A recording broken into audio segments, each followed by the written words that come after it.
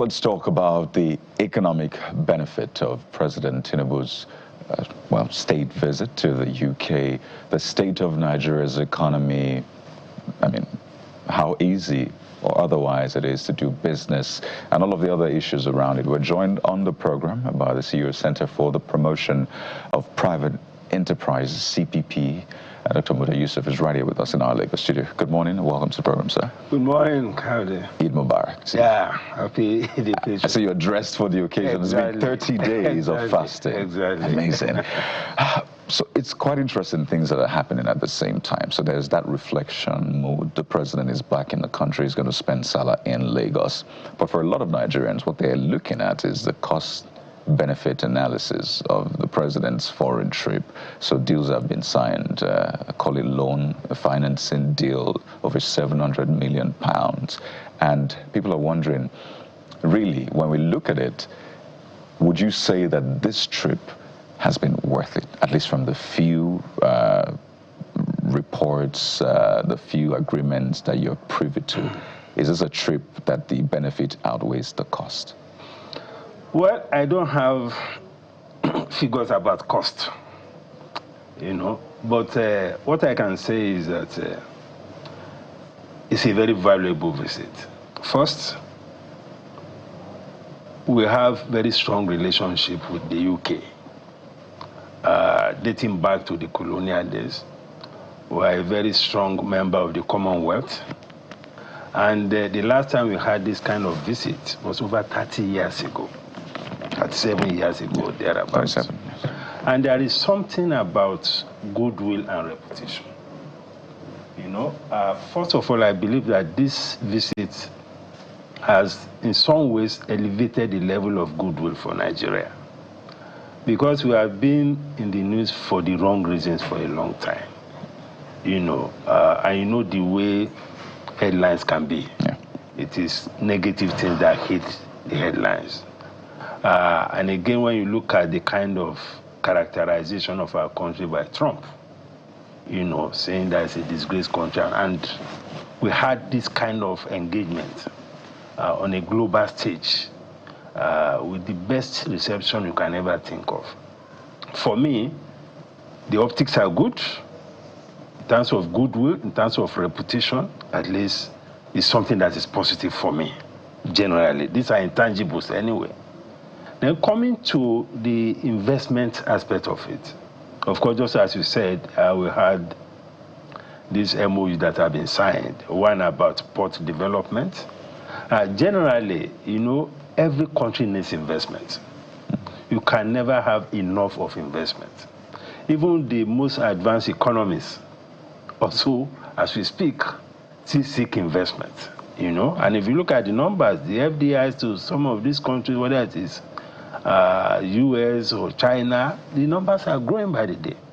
So this is an investment to develop our ports, because we have ports that were built some 40 years ago, and the level of investment in those infrastructure has been very, very low. So I believe that this will help to improve the capacity of the port. And when you have an economy that has been growing over the last 30, 40 years, and your port infrastructure has been largely stagnant, apart from the Lekki seaporting that we have, then of course you see a situation where the economy is outgrowing the capacity of the ports.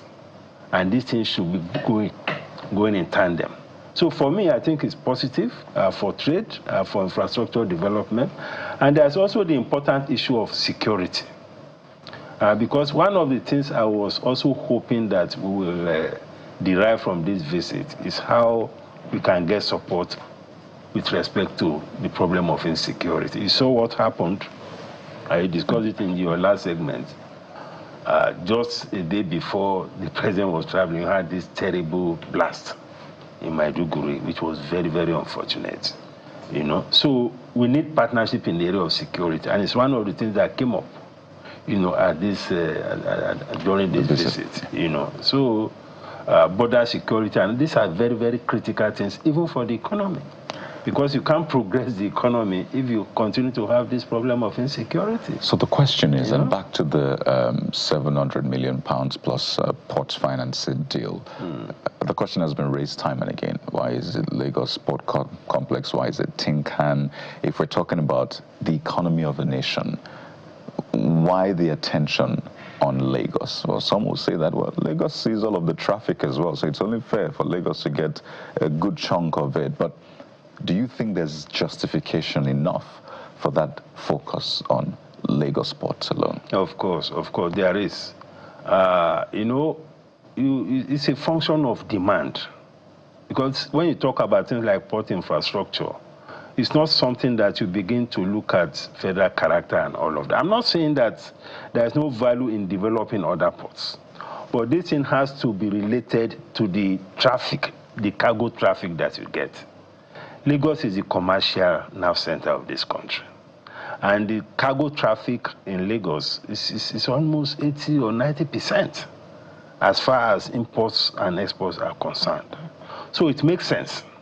That is not to diminish the importance of developing the eastern ports and all of that. And I know that even before now, there has been some conscious effort by government, notwithstanding, I mean, outside all of these facilities that we are getting, there have been some conscious efforts to develop the eastern ports.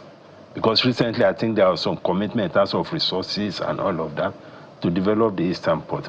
But for me, given that this is a business decision, more or less, you have to, you know, invest in line with the volume of traffic. And the traffic is heaviest in Lagos.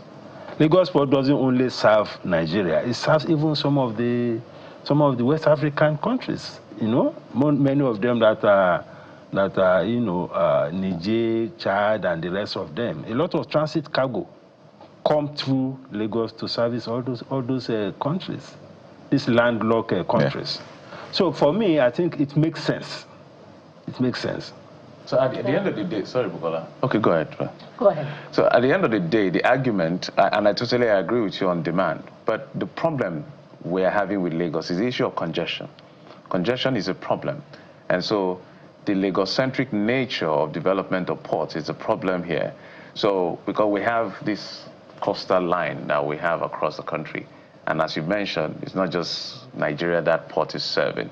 So some of the things that naturally would have been hauled through mainland all the way to the south, or the east in this case, would have been done directly if possible. Because, for instance, I think the Deep Seaport, not because I'm from there, but because of the depth of that water and the capacity for it to liberalize trade or decongest or expand trade in Nigeria is there. So at what point, perhaps is what Coyote is asking and what I'm adding to that question, at what point are we supposed to start looking at other areas, other parts of Nigeria, especially the east, to develop their ports as well? Because we can keep giving these excuses of demand and we'll never go in that direction. Well, just as I responded to Coyote, I'm aware, I don't have the full details now, but I'm aware that there's some conscious effort currently under this administration to develop the eastern ports, you know, to ensure that there's a lot more spread. Because again, when you look at it, when you look at the major commercial cities, and even when you look at some of the cargo that come to Lagos, a lot of it also go to the east.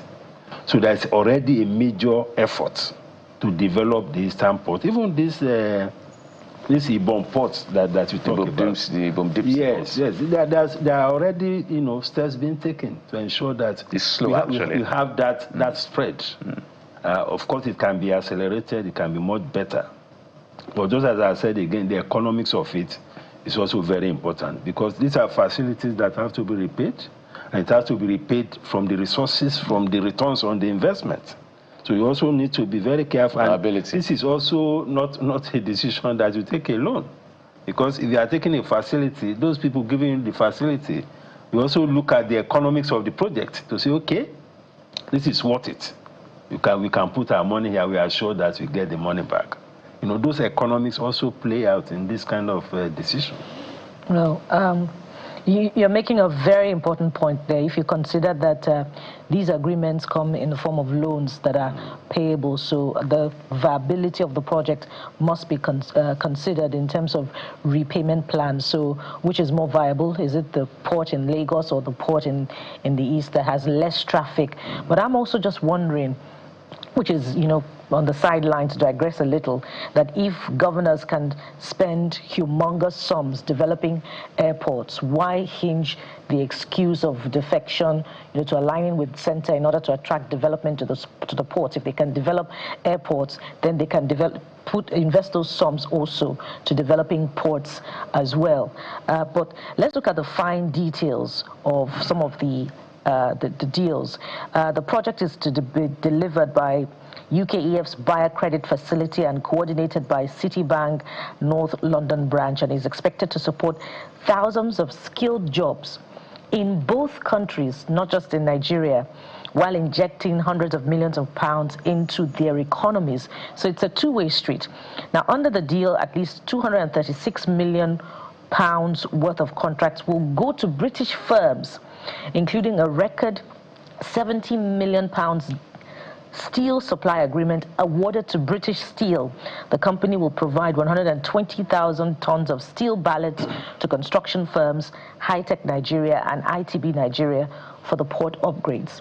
So in terms of economic benefit, who's benefiting more here? Mr. Yusuf?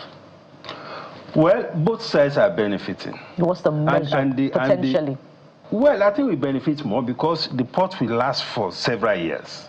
The contracts will be maybe 2, 3, 4, 5 years. The contracts will be over.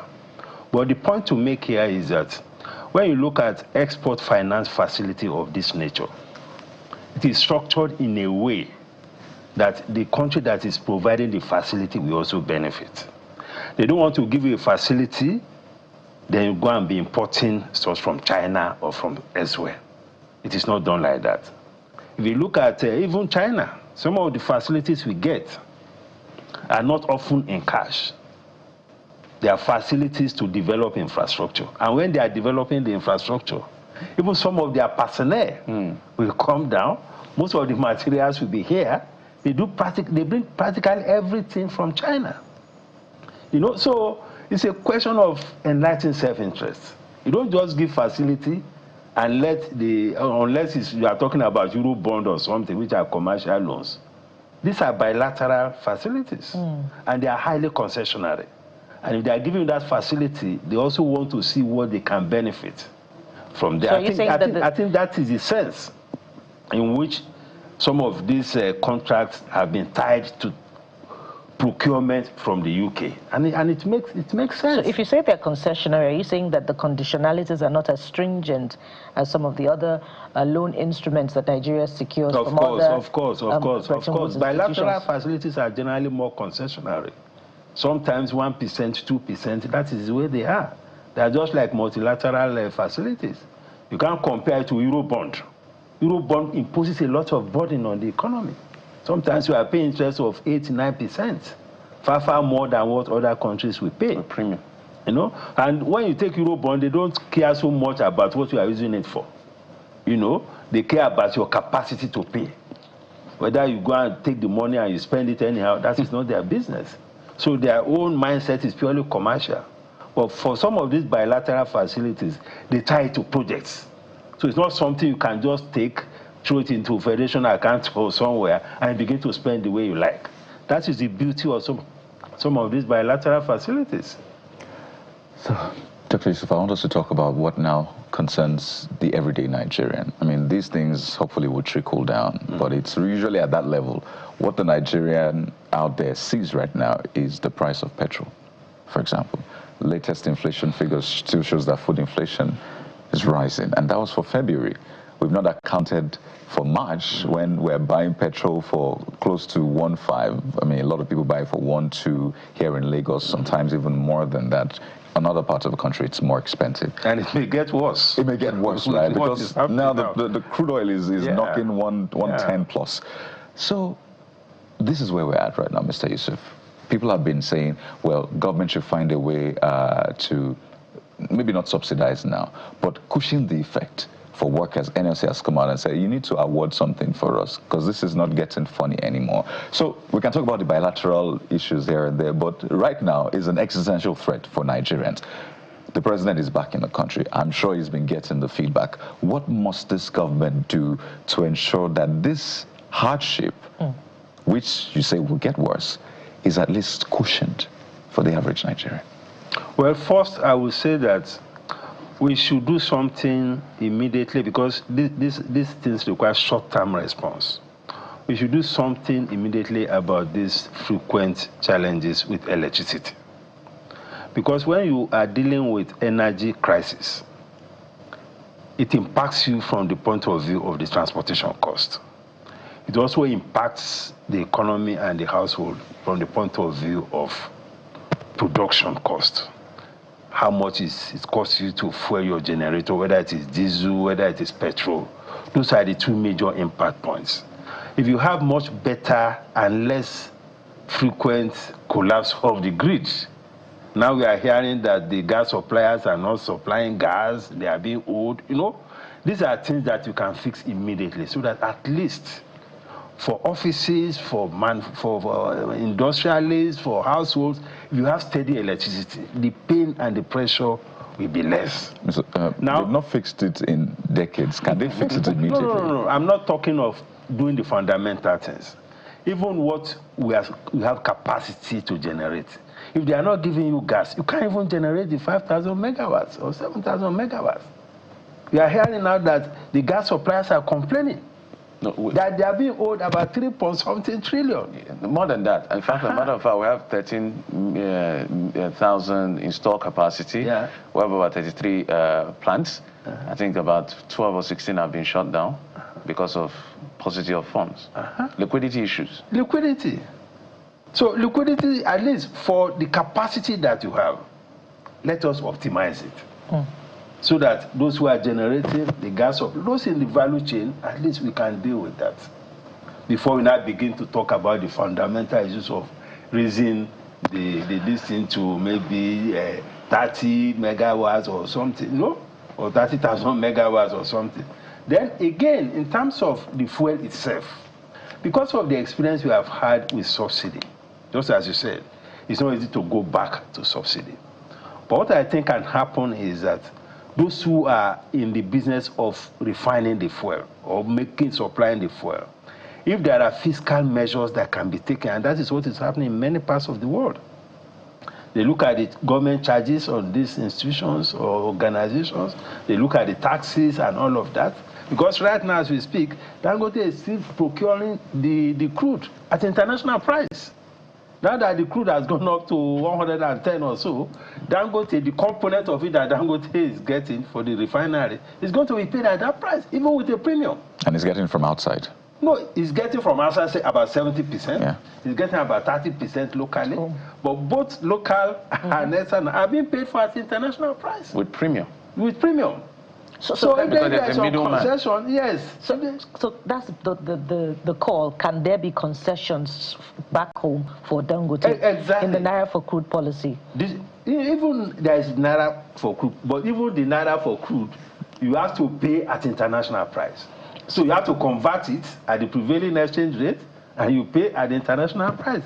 So there's no price advantage, but concession can be given. Dangote is our own. Yes, that's the thing we're asking. Can there be concession? Because Dangote is our own. We can sell to our outside marketers at the international price. But back home, can we say we'll give Dangote at this particular price so that the price of petrol can come down? That is a possibility. But that is no more subsidy is gone. That subsidy is back. Yeah, that's no. That's subsidizing production. That's why it's easier to manage than to say that people should go and import and all of that. It's easier to manage. You know, that is my own view. And in any case, it's something that should just be temporary. Hopefully, if this Iran thing doesn't get prolonged. Yeah, Dr. Yusuf, because the reason I want us to stay on this question, I may be wrong, but it appears to me that government had not done proper scenario planning. So it's almost like we're reactive than being proactive when it comes to, so when you deregulate you should not be surprised when things like this happen in Iran and other places that spikes the prices of crude oil, because as long as the world remains, conflict is a necessary incident of human existence. So it will happen. It has happened now. It will taper. It may go down to 600, 700, and then another thing will happen again. As we speak, the war has gone beyond. America thought they are going to effect regime change. Regime change is not working. And then it usually was targeting bases, military bases. That was the target. And then it has not escalated. The worrying part now, it has not escalated to targeting energy infrastructure. Yeah. The largest gas field in Iran, the largest gas plant in Qatar. Qatar is saying it will take them 3 to 5 years to be able to fix what has been done, and it will spike the price of gas by 17%. Europe is going to be at the receiving end. Hormuz is shut down. So these are realities that we have to live with. Do you think the government really has a clear plan for moments like this? Because when I hear things happen and I hear they've set up a committee, for me it's knee-jerk. You are supposed to be ready when you deregulate for moments like this that will, our macroeconomic end will have good numbers, but the consumer will have the bad end of the stick or the short end of the stick. Well, worldwide, the way people proactively manage this situation is to have what we call strategic reserves. That is what many countries are now releasing. First, I'm not sure we have that kind of strategic reserves currently. Secondly is that for you to be able to respond the way you are talking about, you must have this fiscal space to do it. Currently, I'm not sure that the government has the fiscal space to absorb some of these shocks, because it comes back to the challenge of subsidizing some things. No, take out the taxes. Well, but we also have increased allocation. We have the foreign reserves that are increasing as well. We have the foreign reserves that are increasing. But the foreign reserves, don't forget, is not essentially there for you to spend. Mm-hmm. It's there for you to ensure that you stabilize your exchange rates. Because if you didn't have the kind of foreign reserve we have, we will not be having the kind of exchange rate we're having. The exchange rate will have spiked to maybe 1,006, 1,007, which also has its own consequences. And don't forget, the totality of the foreign reserve is not as if everything belongs to us. There are foreign portfolio components in there. There are some funds that were borrowed that are in there, you know? That takes almost 60%. So it's not as if it's there for you to just spend to solve a problem. The whole purpose is to ensure that you have a stable and credible international trade ecosystem, and you have sustainable framework for you to ensure that your exchange rate is stable. Right. So that is part of the major... Dr. Yusuf, what I'm asking is, I listened to the UK Prime Minister, I think the Energy Secretary. They were specific in their intervention. Of course, strategic reserve is first for availability when there are disruptions. It's not about price management. Discretion can move to price management. It's availability first because of, to mitigate disruptions. But I can see they've earmarked about how many £1 million to certain households to manage their gas. And then people are beginning to think of maybe some incentive in terms of tax policy. So if you're charging 60%, you can triple it down to 30% so that the knock-on effect can get to the consumer a bit less. We are not hearing that conversation. That's the kind of response. I agree with you. That's the kind of response you'll be hearing. Because the best response in this kind of situation is a fiscal policy response. To hear that, okay, you are reducing import duty on some critical items, you are reducing taxes for workers or things like that. Those are the kind of things that we should be doing, you know, so that we don't allow the citizen to be fully exposed to the full burden or full pain of this crisis. So the president has a matter of hours to at least show something. I mean, do something and let Nigerians know that, okay, we understand what you're going through, and for this period, this is what we'll do to ensure that life is easier for the average person. But Dr. Muda Yusuf, we have to thank you so much. We know that you have a lineup of events today, so hope we'll join you on one of those. We'll be speaking with the CEO of the Center for Promotion of Private Enterprises, Dr. Muda Yusuf. Thank you for your time once again. Thank you very much. We'll take a moment now, and when we return, we'll talk security. The ranking Global Terrorism Index. Perhaps there's been some deal that the president has signed with the UK, but more importantly, what we're seeing play out back at home in Borno State and other parts. Stay with us, we'll be right back.